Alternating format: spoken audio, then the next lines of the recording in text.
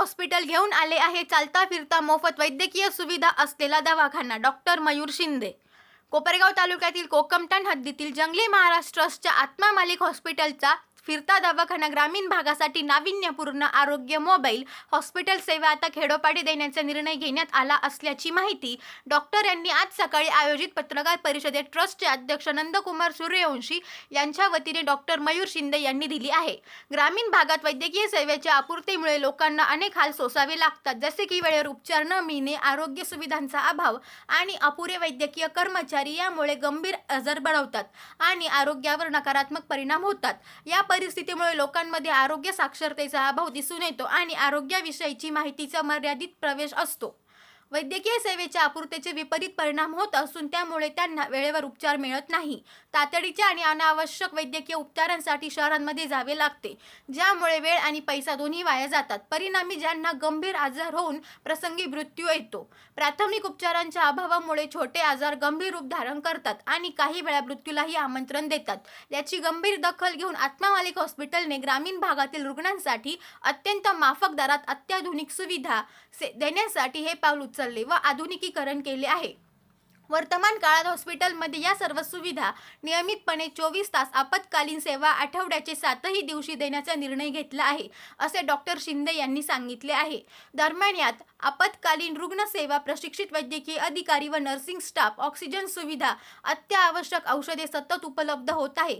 तर ओपीडी सेवा, general medicine OPD, बालरोग विभाग, सर्जरी, ऑर्थो ओपीडी सेवा पुरविण्यात येणार आहे। साप्ताहिक स्पेशालिस्ट डॉक्टर भेट, आयसीयू व क्रिटिकल केअर, अत्याधुनिक आयसीयू, व्हेंटिलेटर सुविधा, मॉनिटरिंग सिस्टीम, प्रशिक्षित आयसीयू स्टाफ, नवजात बालकांसाठी प्राथमिक उपचार, एनआयसीयू, ऑपरेशन थिएटर, ओटी, पूर्णपणे अत्याधुनिक ओटी, जनरल व छोटी मोठी शस्त्रक्रिया, सर्व आधुनिक उपकरणांसह निर्जंतुक वातावरण, लॅबोरेटरी, रक्त तपासणी, मूत्र तपासणी, sugar, haemoglobin, uric acid, lipid profile, इतर सर्व आवश्यक तपासण्या होणार आहे। दरम्यान याशिवाय एक्सरे व सोनोग्राफी सुविधा, digital x-ray, sonography, colour Doppler सुविधा, औषध वितरण, 24 तास मेडिकल स्टोअर, डॉक्टरने दिलेल्या सर्व औषधांची उपलब्धता, फिरता दवाखाना उपलब्ध होणार आहे। त्यातून ग्राम पातळीवर नियमित आरोग्य तपासणी, बीपी, शुगर, प्राथमिक उपचार, औषध वितरण पूर्णपणे मोफत, गंभीर रुग्णांसाठी रुग्णवाहिका व रेफरल सुविधा, विमा योजना अंतर्गत उपचार, महात्मा फुले जन आरोग्य योजना, आयुष्यमान भारत योजना पात्र रुग्णांना पूर्णपणे मोफत 24 तास रुग्णवाहिका उपलब्ध होणार आहे। त्यात ऑक्सिजन सुविधा, प्रशिक्षित कर्मचारी उपलब्ध राहणार आहे।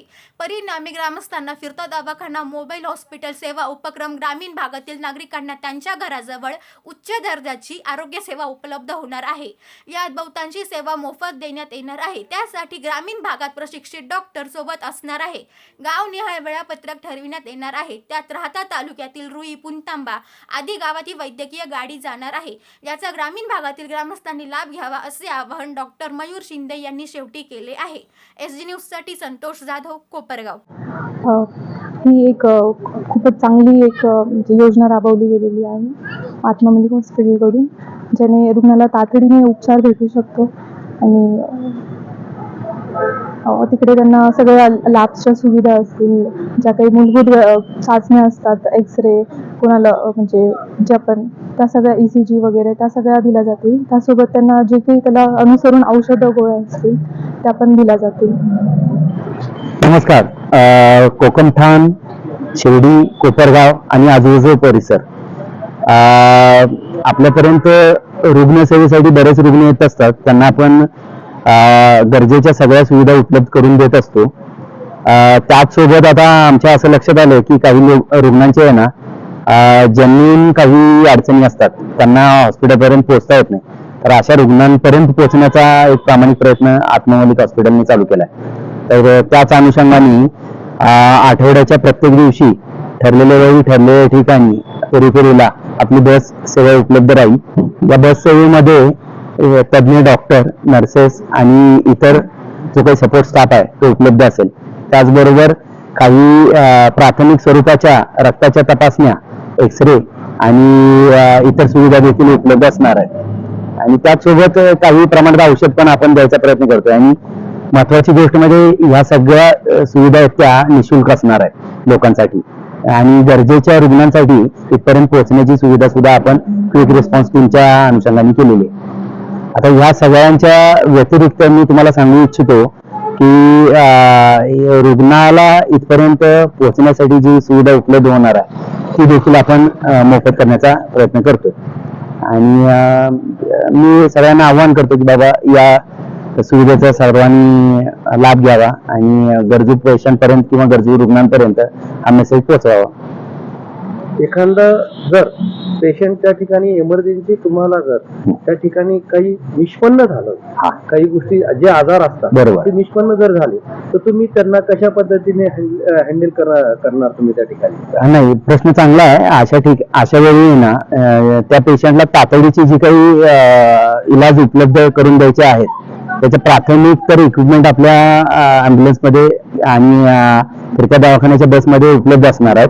त्यांना तिकडे स्टेबल केलं जाईल आणि त्यांना तिथून हॉस्पिटलपर्यंत पोहोचवण्याचा पुरेपूर सगळा प्रयत्न केला जाईल. त्या अनुषंगाने आपण क्विक रिस्पॉन्स टीम उपलब्ध करून दिली आहे, ज्याच्यामध्ये तज्ञ डॉक्टर असणार आहे, एक सर्व इक्विपमेंटनी इक्विप्ड अशी ॲम्ब्युलन्स असणार आहे आणि गरजेचे सगळे अत्यावश्यक औषधे त्यामध्ये उपलब्ध असणार आहेत. नाही, पण पेशंट संघ जर काही नातेवाईक जर नसेल आणि त्या ठिकाणी त्या पेशंटला इमर्जन्सी गरज असेल तर तुम्ही काय करू शकता? प्राथमिक स्वरूपात आपण त्या पेशंटला हॉस्पिटलला आणू, हॉस्पिटलला त्याचे प्राथमिक उपचार चालू करू, त्याला स्टेबल करू आणि दरम्यानच्या काळात मग त्याचे नातेवाईक किंवा संबंधित लोकांना उपलब्ध करण्याचा प्रयत्न करू आणि जीव वाचवण्याचा आपला प्रयत्न असेल पहिली गोष्ट तर.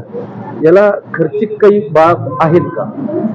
थोड्याफार खर्चिक बाब आहेत, पण एक सोशल कॉज म्हणून हॉस्पिटल काही प्रमाणात खर्चाचा भार उचलू शकतो आणि त्याच्या अनुषंगाने आपण प्राथमिक उपचार त्यांना देऊ शकतो. नक्कीच ही संकल्पना कशासाठी आपण चालू केली आणि कशामुळे ही चालू केली, नेमकी काय याच्या पाठीमागचं कारण? यात मुख्य गोष्ट अशी आहे की कोकणठाण, कोपरगाव आणि इतर ठिकाणी असणारे जे रुग्ण आहेत त्यांना जर काही अति महत्वाच्या गोष्टी असतील तर त्या घेण्यासाठी इथून अगदी लांब म्हणजे नाशिक किंवा संभाजीनगर असेल किंवा मग पुणे अशा ठिकाणी इथून जावं लागतंय. तर त्या लोकांना इथे सुविधा उपलब्ध व्हावी हा पहिला उद्देश आहे. आणि दुसरा उद्देश असा आहे की सगळेच रुग्ण हॉस्पिटलपर्यंत पोहोचू शकत नाहीत. काही रुग्ण असतात त्यांच्या कामानिमित्तानं किंवा मग आर्थिक परिस्थिती नसते, बरेच कारणं असू शकतात, त्यामुळे हॉस्पिटलपर्यंत येत नाहीत. तर अशा रुग्णांच्या पर्यंत आपण पोहोचून त्यांचं स्क्रीनिंग करून त्यांच्या आजाराचं निरसन करायचा प्रयत्न करतो.